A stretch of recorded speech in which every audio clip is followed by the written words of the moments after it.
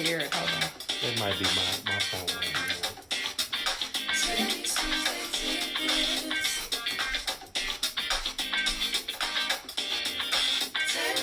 Hey, Phyllis.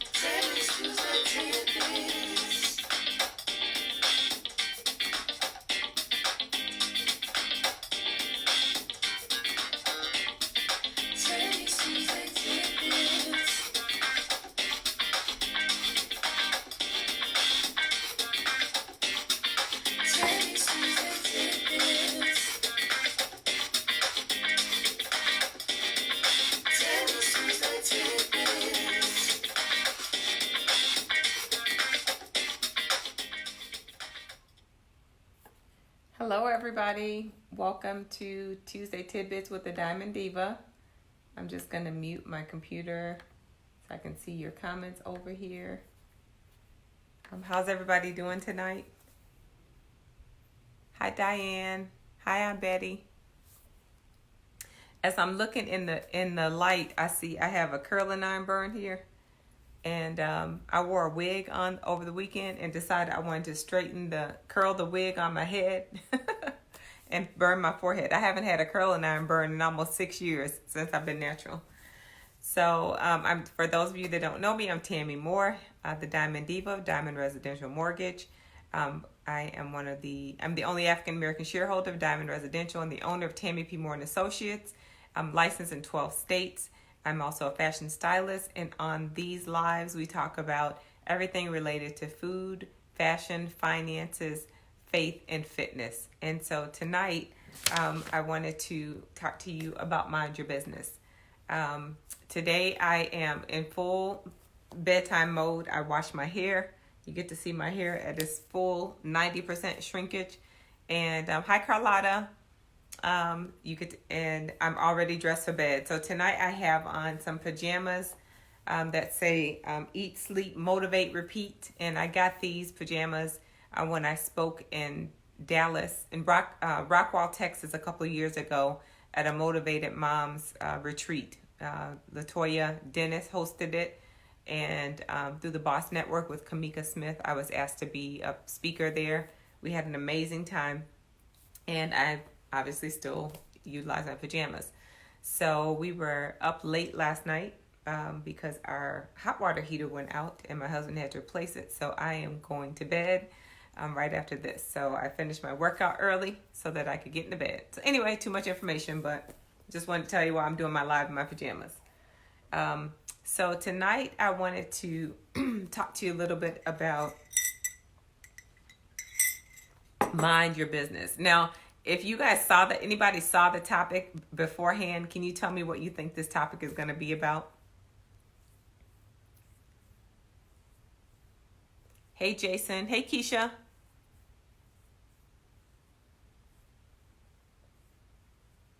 Hey, MJ. How are you? So nobody can guess what the topic is going to be about? Okay, good. Okay, so mind your business. Hey, Nina. Mind your business.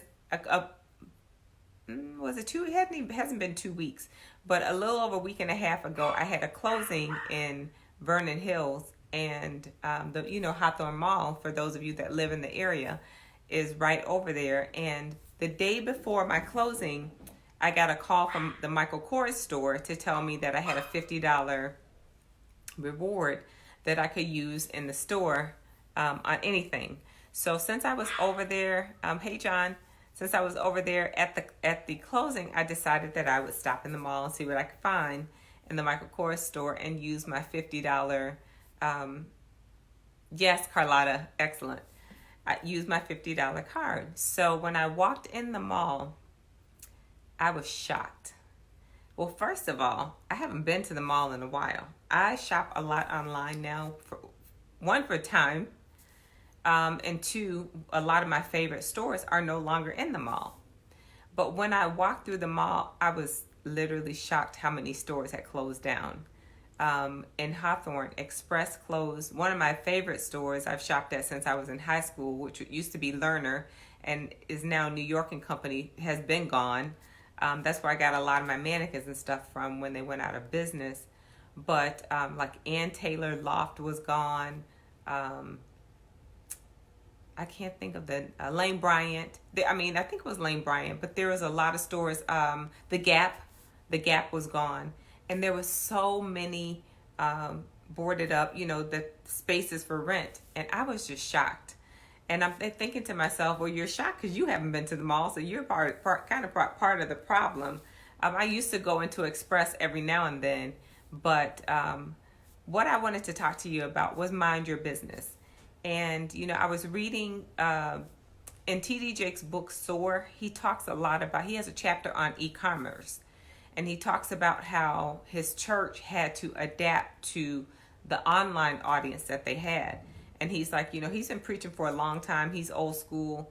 And he had to really stop and listen to his online viewers because his online viewers are the ones that catapult his movies and all this other stuff. And he was talking about don't become extinct. And that's what I want to talk to you about tonight. In my business, there's all these online mortgage companies, that promise you this fast delivery and all these things. But to me, when you get a mortgage, that is the time where you need that personal service. And I make sure my customers, whether they're in state or out of state, because I'm licensed in 12 states, I make sure that they know that I try to be a cut above everyone else. Whether you can come into the office and see me, or whether you can Skype, or whether we talk on the phone, I want to give you that personalized service because that is what's going to set you apart from all of this online activity. And when you really think about it, like when you go, everything is becoming so impersonal. You go into Walmart, and we always complain about, them not having enough cashiers at Walmart, and now they have all these. Hi, Isabella. How are you? Isabel, how are you doing? Hopefully you're feeling better. We see all of these self-checkout. So everything is becoming self-sufficient. Like Amazon, you shop online, you put your stuff in the cart, they deliver to you. I get Amazon boxes at my door right now. Your groceries can be delivered to you. You don't have to interact with people. And so if you are a business owner, have a desire to be a business owner, or work for someone in business, and if you don't own a business, most of you work for someone, I just want to give you some tips on how to keep your business open so you can have a job, and for business owners, how to adapt to e-commerce. Isabel, I'm so glad that you're doing so much better. God is good. So that's what I wanted to talk to you about tonight. And so I want to start out by telling you a little story, and then I'll go down my little points. I had a customer that I've been working with. I probably worked with them for, I want to say maybe 3 months. And, they had a desire to buy a home, and they ended up having to go a different route because of some changes. And so she finally found a home that fit her needs. And I was waiting on them to send over the contract. Well, in the meantime, she has sent me an email and asked me some questions. And I answered the questions for her. And then I got the contract on like that Monday, and I reached out. I make a list every day of what I need to do. And so I went back to my list, and I'm like, okay, I'm going to work on her loan. She should have had her home inspection by now. So I sent her an email, and I said, hey, have you had your home inspection? I'm getting ready to work on your loan. Just the next step. Hey, Danny. And she emailed me back, and she goes, we decided to go with another lender. I was shocked. And she goes, during this exciting time, I expected more attention. And honest to God, I was literally in shock. And so I went back to my email chain, and I realized that on that same day, that I had responded to her, she had sent another email like 15 minutes later asking more questions, and I never answered them. And so I completely understood why she went with another lender. But in that moment, it was a check yourself moment for me, because I don't mean that. Hopefully, this doesn't sound sacrilegious. And this is what I told Jewel and Lily during our meeting. We were talking about it. I was like, I understand how Jesus feels when it says he could have 99 sheep and one goes astray, and he leaves to go get that one that went astray. Like, Danny, the subject tonight is mind your business. So I really felt some type of way because I lost a customer. And I lost a customer sheer out of miscommunication, and I missed the email. And so at that moment, I could have gotten lifted up in pride, but I didn't. I took a step back and I go, oh my God, so how can I make sure that this doesn't happen again? So I made some changes because of that. So sometimes when you lose in business, you actually win because you learn from it. And so although I wished her all the best and told her, blessings on her house, buying a house is a true blessing. And it just broke my heart that I missed her email. And, she went to another lender, and, in her mind, she doesn't know that I just missed the email. I did apologize and tell her that I saw that I missed her email. But at that particular time, those questions were important to her. So that's another thing when you're in business. Sometimes you have to humble yourself and, take a step back and listen to your customers, because you're not always right and they're not always right. And I feel like every loan matters to me. If I lose about 3 or 4 years ago, I was on vacation and a customer emailed me about if it was time for them to buy a home. And when I got back to them, they had already went to another lender. Devastated me. Like, every time it happens, it doesn't matter. I've been doing this for like 20 years. Every time it happens, it breaks my heart. And especially when you have been working with somebody for months and months, and, help them get to the point to where they can buy and they go somewhere else. Heartbreaking. But I took it as a teachable moment for me. And, we have meetings and we talk about these things at work. How we can do things better. And I just encourage you to do that.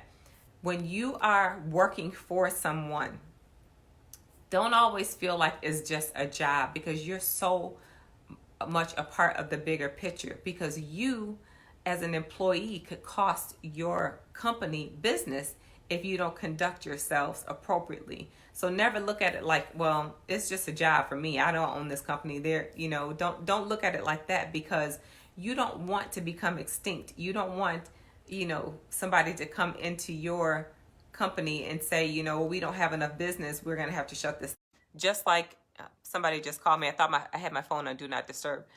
Sorry. Just like, I went into Express. They probably shut down because they didn't have enough people, enough foot traffic and enough business in the store. And e-commerce, people are ordering online now.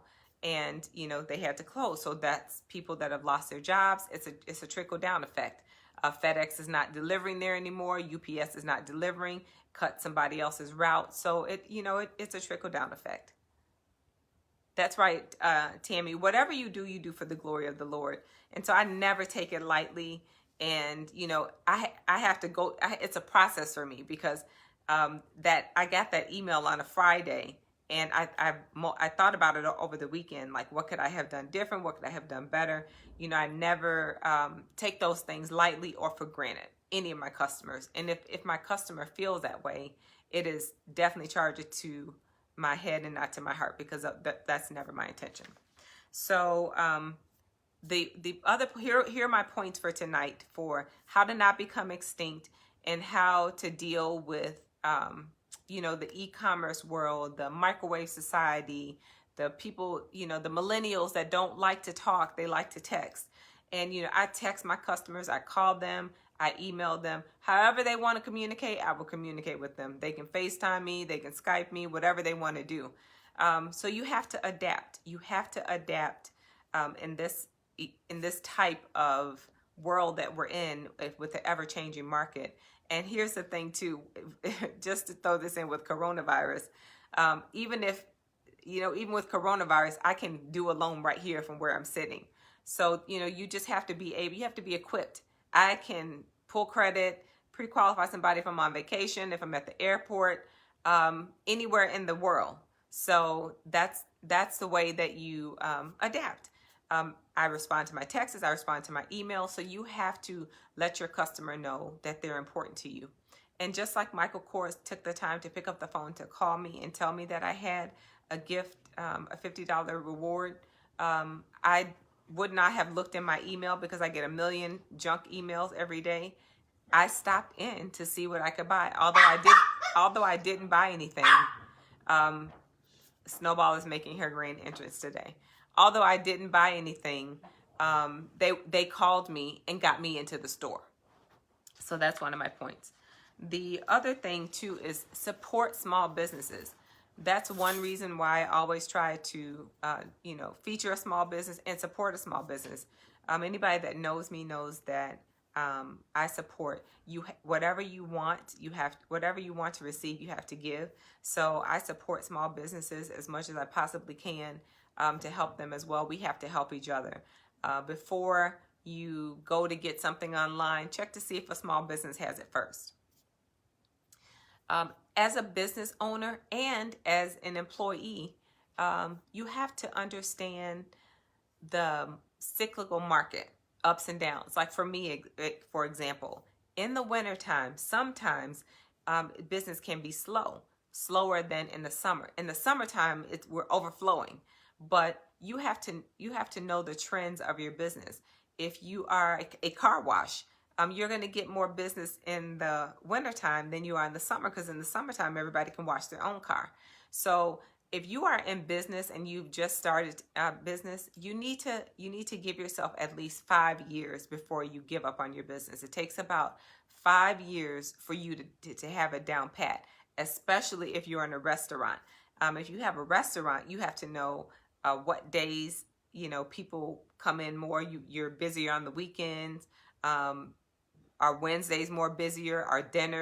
Is dinner time busier because you have to staff for it? You have to have enough food for it. You have to have enough inventory and all those different types of things. So it takes you some time to understand, your business completely. You have employee turnover. You have a vendor turnover, different, where you're going to get your supplies from. So give yourself 5 years to adjust, to really know what your business the potential of what it can do.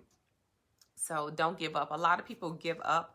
And going into business, if you're going to give yourself 5 years to grow and develop, you have to have some reserves in order to do that. You have to have some money set aside. You have to have money set aside for the downtimes. You have to have money set aside for things that come up. For example, at my office, I have 2 office spaces. The furnace went out on one side. So you have to have, funds for things like that. Or let's say you have to be prepared. Let's say a restaurant and a bus drops by. You got a whole bus load of people that come in. Are you ready to handle them? And so you got to be ready for the overflow. And it's the same thing with my business. It's like, should I get, 50 loans tomorrow? Can I handle them? Absolutely. How do you handle them? Because once you have a system, that system works, whether you have 1 loan or 50 loans, or whether you have 1 customer or 50 customers, because you have it down pat. So I recommend that you do, get a system in place and try to follow it and teach the people around you to do the same thing. So you have to be able to adjust whenever it's necessary. If something's not working, change it. Get over yourself and fix it. I mean, we're in a world and we're in a time where we just have to adjust to things. We don't know what's going to happen tomorrow. So if something's not working out, it is okay. You learn from it and you grow from it. Take constructive criticism. Just like with that customer that I missed her email. I mean, I'm human. I missed her email. But to her, that house is everything. And I totally get it. Like, I didn't even feel some type of way. I felt awful that I missed her email. But what I did was I took a step back and I said, I have a little checklist that I go through with all of my customers. I said, I'm going to add that to go back and make sure that I have not missed any emails. And then I'm going to make sure that I have at least one-on-one to, discuss everything so this never happens again. Not saying that it's never going to happen. We're all human, but I learned from that mistake, and I took the constructive criticism to heart. You have to accept the risk. Being in business is risky. Just like on your tax returns, it asks you if your investment is at risk. When you're a business owner, it is a risk. That's why a lot of people don't want to go into business. One, because they're afraid of failing, and two, because there's money risk, loss involved, reputation. Your good name is all you have. So, you have to be willing and open to taking the risk.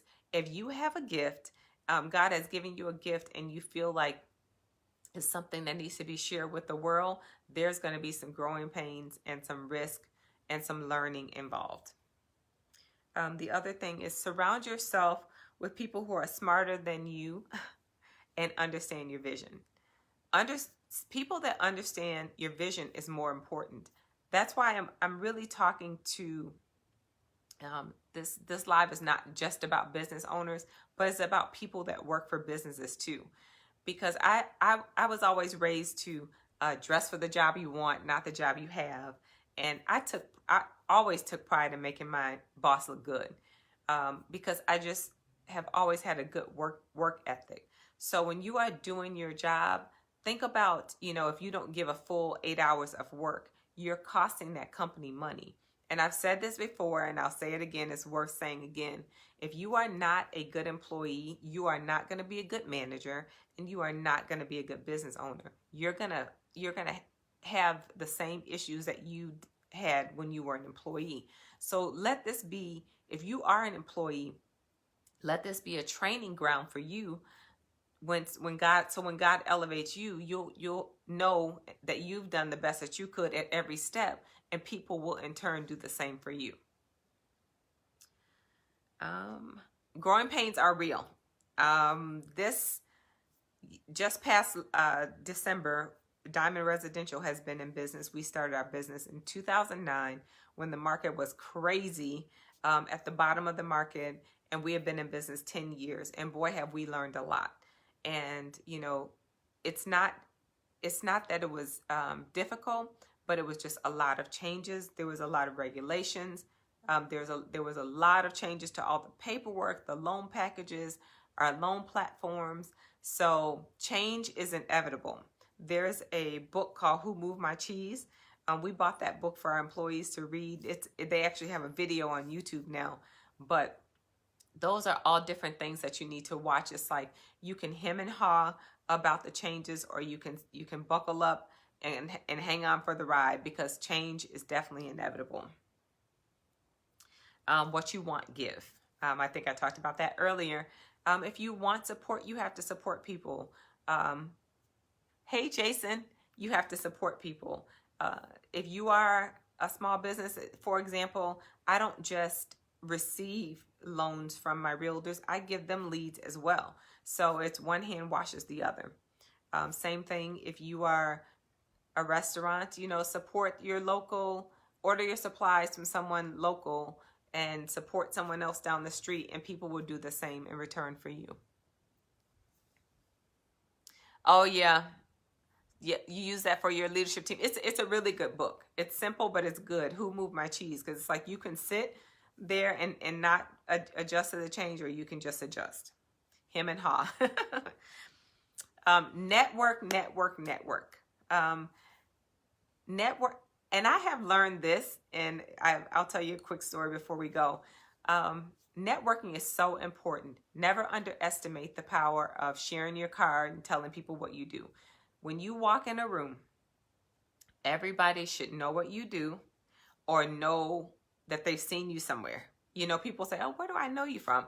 I've seen you somewhere. That's like the first indication that they've either seen me on a billboard, they've seen my picture somewhere, or what have you. That's good, because name and face recognition gets your business out there.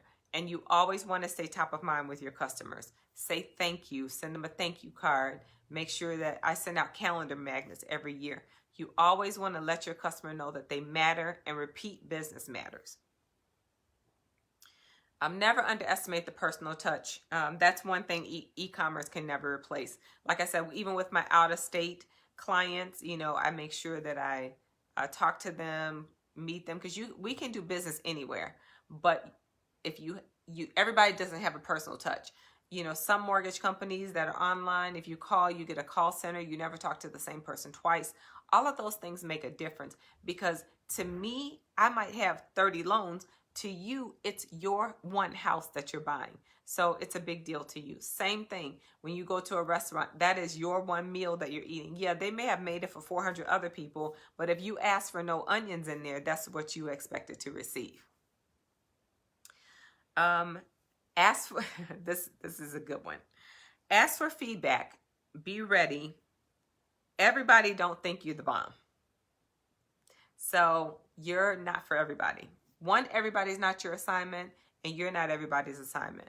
But if you do not ask, you will not know. We have these customer surveys that go out, and I had a customer last month that, oh my God, I bent over backwards for her to make sure she got her loan. Like literally sold the loan together. And she gave me an okay review. So I called her and I said, what could I have done different? She goes, oh, it wasn't you. It was the down payment assistance program. And I was like, but you weren't reviewing the down payment assistance program. You were reviewing me. So, I will call and say, what could I have done better? Because just because you think you're the bomb, your customer may not think you're the bomb. So her review was misrepresented. She didn't mean it, but always ask. And chew the meat and spit out the bones. When you know in your heart of hearts that you have done the best that you can for your customer and someone is not happy, you have to be able to move on from that. But, like I said, learn and grow and everything. You have to grow and you have to be able to change. The other thing is always keep learning. Same thing if you're an employee. So even though it's mind your business, I'm talking to employees too. Hi, I'm Fanny. If you're an employee, it's the same thing. Always keep learning. I want to know every aspect of everybody in my company. Because if somebody doesn't show up for work one day, I need to know how to do everything. So for me, as a mortgage originator, we have to take continuing ed every year. So all of my 12 licenses, I have to take continuing ed every year for it. So we're constantly learning. There's always new guidelines. But I also try to read a book a week, or, sometimes I read more, sometimes I read less. But I'm always trying to read and hone in on my craft. It's no different than, not necessarily with mortgage origination, just being a better person, or reading about businesses, or want to learn more about stocks, or all these different things. Never stop learning, never stop growing, and never stop educating yourself. When you stop learning, when you're not teachable, that's it. You can't grow. Now, this one is definitely a business tip. Keep good records. File your taxes correctly. And in my business, I get all kinds of business owners that come to me that want to buy homes that have written off all of their income.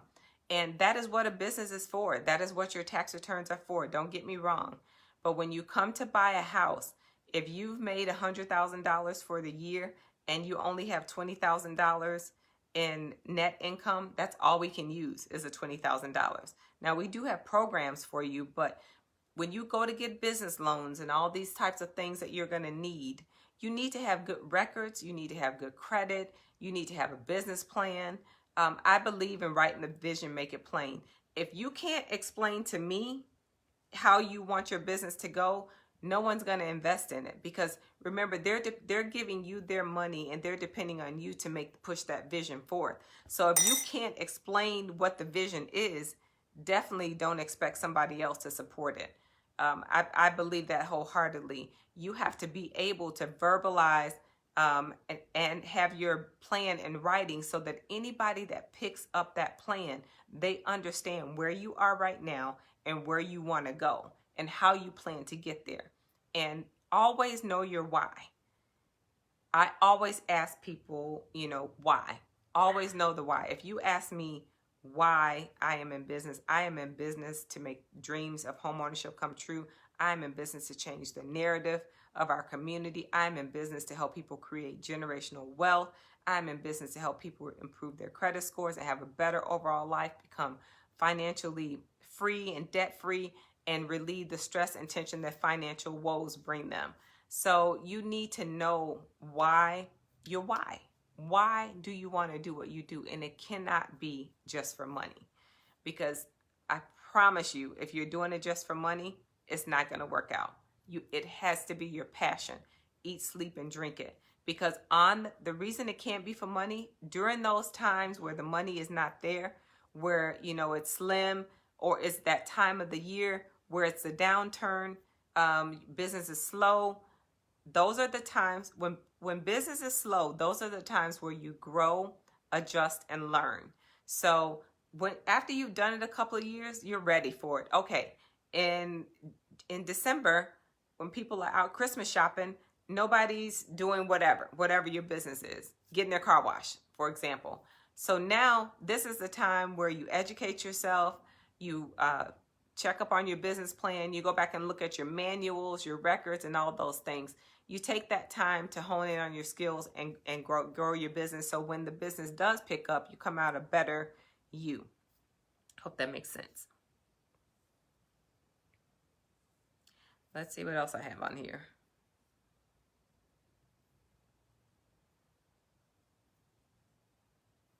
And then when you get in your overflow season, when you get to a point where you have it down pat, you know who your customers are, you know who you service, the who, what, when, where, and how. Then when you get into that overflow season, start to continue to stack your money, your reserves, your all of that, because just as the market goes up and down, just how we are in the stock market, you always want to be prepared. Always be prepared, and not just for bad times, for opportunities. An opportunity may present itself to you that may cause you, you may have to have a big investment up front. And if you have not put that money aside, you may have to have a big investment up front to have a great return on your investment later. And it may require some capital from you in the beginning. So, be able to prepare yourself for those types of things, to be able to grow and, understand your return on your investment, and understand the who, what, when, where, and how. And it's like, who are you servicing? Who are your customers? So right now, if I'll give you an example, I saw somebody open a bookstore, and I'm like, I don't know that that's the best business to open right now. And because me personally, I listen to my books on Audible. You can order your books on Amazon. That's why a lot of the bookstores are closing. There's very few people that go into a bookstore. So you have to know the customers that you're going to service. You need to know where they're going to come from, how you're going to get them into your business. So if you don't have a business plan, the main thing that you need to answer is the who, what, when, where, and how. Who are the people that you're going to be servicing, and how are you going to get them? How are you going to tell them who you are? How are they going to know that you're actually in business? How are you going to draw them to you? So, for example, Facebook, Instagram, it's free advertising. If you are a business owner and you are not on Instagram and Facebook, shame on you. Although I know it took me a minute to adjust to it, but it's easy, simple, free advertising. I mean, every now and then I may boost a post, but that is the quickest way to reach the masses, because if I post something on my page and I have 5 friends that share it, I have 5 friends that have a whole group of other friends, and that's how you get it out, get your name out there. But you need to know who you're servicing, why you're servicing them, and you also need to make sure that they understand what you bring to the table, what sets you apart from everyone else. So in this world of e-commerce, where all the brick and mortar stores are closing, everybody's shopping online, and I am so guilty of it. I will think of something in the middle of the night and go on Amazon to see if they have it in order, and it's cheap. And get home the next day and it's at my door. So you have to be able to compete with that. Same thing with me is, I'm competing with the Rocket Mortgages, the guaranteed rate, but guaranteed rate is not going to help you, repair your credit. Guaranteed rate, or whoever these other companies are, I don't know. They're not going to work with you 4 or 5 months, So that personalized customer service, and I always put on all my paperwork, you're not just a loan to us, we care. And it's the same thing when I go into restaurants. There's a Chinese restaurant that I have been going to since it opened. It's been open about 30 years. I don't like any other Chinese restaurant. I'll eat it, but that is my absolute favorite. I will drive to it. I have everybody on my job hooked on it. My corporate office is hooked on it. I'll buy it for them every now and then. When I call her, I don't care if I call from another phone or whatever. When I place my order, she goes, "Is this Tammy?" And she still remembers my voice. I've seen her children grow up. Same thing with cleaners. It's like I'm loyal to the people that take good care of me. Her food has never tasted any different. It has always tasted the same in 30 years. She has mastered what she does. Her prices are amazing, and her food is amazing, and her portions are amazing, and she is always busy. And she started out as a little carry out, and now she has a full restaurant, and it is always swamped. So it's Hong Kong Chop Suey. It's on Lake Street in Mundelein, Zarina. It is amazing. It is the best. I think I wonder if girlfriends had it with me before. I'm not sure. It is amazing. Their food is amazing. Their egg roll is amazing. Everybody that I have sent there, everybody that I've told about it has said it's the best Chinese food they've ever had. But I have been ride or die with her for 30 years. That's how I am. Ooh La La Boutique and Spa. I went there when I started going there before I had Devin. I go there. I've been there for, over 20 years. So it's like when you have somebody, and I don't worry about the price because I look at the service. The one in Libertyville, I've never tried the one in Libertyville, Nina, and I don't think they're not owned by the same people either, because I asked them, because that one's closer. But try the one in Mundelein and let me know what you think, Nina. But when you have excellent customer service, like Pope's Florist, if my husband is going to send me flowers, he goes right to Pope's Florist. There's like your staples in the community that you can't, that no e-commerce will ever be able to replace. But that little, tie that I need for Derek on Amazon, those little things I'll order. But just be mindful, just look around you and pay attention. There's something happening. And, there's that personal interaction is going away. We are just texting. We are behind our computers. We're not interacting and talking anymore. And the one thing in the mortgage and real estate business, with all of my real estate partners, you can look at a house online all day, but at some point, if you are going to buy it and seal the deal, you're going to have to physically walk into that house with someone and look at it. And I don't think that they can ever take that away. A virtual tour is never going to take the place of something that you're going to buy for hundreds of thousands of dollars and probably live in for 5 to 10, 20, 30 years. So, that personal touch has to be there. So if you are losing business to e-commerce, if you are seeing your business dwindle down, you have to take a step back and say, what can I do different? How can I draw people to my business? Do people know who I am? Do people know where I am? Do people know what we do? Do people know what we have? Because if you don't, the e-commerce will suck it right up. It's so convenient. It's so easy. And we're all so busy. We're all running around doing 50 million things. And so they make it convenient for us. But if you are in business and you have something that you believe in and it's your passion, one, you need to make sure that e-commerce is a part of your business. My way of handling e-commerce, I have online applications. You can upload your documents. We do everything electronically, but I still have that personal touch. So you cannot ignore e-commerce. You cannot. You have to find a way to incorporate it into your personalized service so that you do not become extinct so that you do not lose business to all of these online services. So that's all that I had tonight. Hope you guys like my pajamas. So I try to be as, just be me, because like I said, when I'm done with this live, I'm gonna get in the bed and watch Cherish the Day. Actually, no, I'm gonna watch the Have and the Have Nots, and then I'm gonna watch Cherish the Day. Hopefully, I fall asleep on them because I'm recording them, and I'll watch them tomorrow. But hey, Nicole, I gotta have you on here. I haven't had my first guest on here, but I gotta have you on here to talk about essential oils. Yes, I am licensed in Texas. I am licensed, and I have to do it on my hands because I don't remember all of them.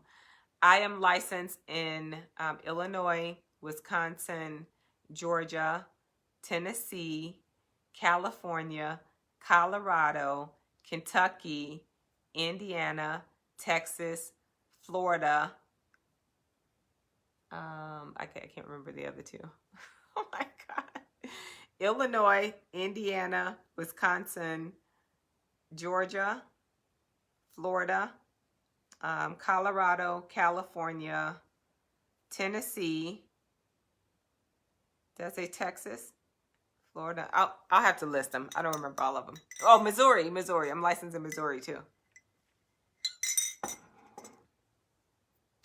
Yes, Nicole has helped me. She's on the live with Young Living's essential oil. They have everything I have. I call it the red juice, but it's called Ninja Red. I put it in my smoothie every day. I order my vitamins from them. So, we have to support each other. There's so many hidden gems out here that we have no clue about. And, financial wellness, health and wellness. And you know what? If you don't take care of your body, you're not going to be any good for anybody anyway. I'm not licensed in Mississippi, Candace, because in Mississippi, in order for me to be licensed, you actually have to have what we call brick and mortar. You have to have an office there. So a lot of the states that I'm licensed in, you don't have to have a physical office there. So I'm not licensed in Mississippi. That's my hometown. I would love to be licensed there. Hi, Miss Cunningham. Hey, Helen. So, and I'm still going to have my trainer on too, to talk about fitness, and I still plan to roll out that plan, but I want to get a little more into, health and wellness, because, you can't pour from an empty cup. And so it's so important to take care of yourself. And then also too, I'm going to talk to you at some point, probably in the summertime, about natural hair. Yes, health is I saw that somewhere too. Health is an investment. It is not an expense. People always say, oh, I can't afford to eat healthy. It is an investment. You are investing in yourself. And just like you want a return on your investment in your business. Oh, that's the other thing I want to talk about. A return on your investment in your business. You should want a return on your investment in your health. Nobody will take care of you like you. And so you cannot be out here in this world in these internet streets, as we say, unhealthy and trying to do 800 different things, because your body will sit you down somewhere. Ask me how I know. Yeah, Nina, when you move to Texas, I got you. And that house that you have, honey, is going to pay for itself, and you'll be able to sell it and move on down there. The other thing, too, when you're in business is to understand the return on your investment that you want to get and how long it's going to take you to get the return on your investment. Because if you're going into business, it's also risky, but you also have to be willing to invest in it. And I always say, you have to be able to bet on yourself before you get somebody else to bet on you. So, what is the return on investment that you want, and what do you have to invest in your business? Because it is an investment to start. We had to invest when we started Diamond, and, we are reaping the return on our investment, but it wasn't like we just woke up and decided we wanted to start a business. We had to have some money to invest to start it. It's no different than when you go for a home loan. We want to see that you have some skin in the game. We're not going to give you a couple $100,000 if you have no skin in the game. You got to have a down payment. Same thing, if you're going to be going to banks, if you're going to be looking for to help you build your business and grow your business or get it off the ground, they're going to want to see that you have some skin in the game too, and that you're willing to take some risk as well. So, business is amazing. It's not all a bed of roses. It's ups and downs. and it's, strong. I mean, you have to be strong, have to have a strong will, have to have thick skin. I read on a meme somewhere when somebody said, somebody came up to me and told me to ask me something about my business, and I told them to mind the business that pays you. And that's the truth. It's like when you are in your business, it's hard to take criticism from other people, but sometimes you need to stop and just listen, because like I've said before, everybody is not against you. Some people are actually just being completely honest with you. And you have to stop and listen to your customers, and every now and then stop and say, how was this experience? Am I doing a good job? It's just like the doctor's office. As I love when the doctor's office calls and says, oh, you were sick. Are you feeling better? Or how did, you had a procedure. We're just following up with you. Although they have hundreds of customers, they have a system in place to make me feel special.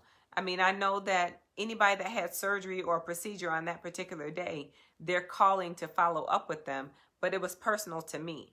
So those little small touches is what's going to keep you in business, keep you growing, and keep you thriving when e-commerce comes to try to pounce on you, because they are coming, honey. And when I walked in the mall, I was just in shock, because I was devastated when New York and Company closed. I really couldn't understand why, because I'm like, I'm giving them all my money. Why are they closing? And she said they still were not making enough money because people were placing orders online. So, you might think that you're giving them full support, but they have quotas that they have to meet. And if they're not meeting them, unfortunately, they have to close down. So, are there any questions or comments before I head out? Thank you all for joining tonight with Tuesday Tidbits with the Diamond Diva. I do have, Helen, we were devastated, weren't we?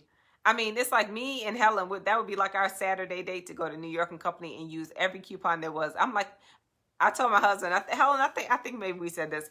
I'm like, maybe they closed down because we used too many coupons, but they always had coupons, and we'd be in there getting our deals, and she was like, when we saw they were closing, we were just heartbroken. And the closest one is in Schaumburg, and it's about 50 minutes away, and I very rarely drive out there because I don't have enough time to drive out there. So now I'm forced to order online.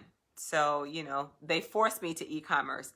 But every now and then I'll drive out there, but I don't have time. I don't have time unless I'm in the area to go to New York and Company. So I have a seminar coming up at Jesus' Name. It's actually a workshop, and it's a 3-week workshop. It's a financial wellness workshop and home ownership workshop that will cover budgeting in detail, credit repair or credit improvement. I'm not just going to say repair, because everybody doesn't need to repair their credit. But even if you have 800 credit scores, you want to know how to get to the highest, which the highest I've seen is 879.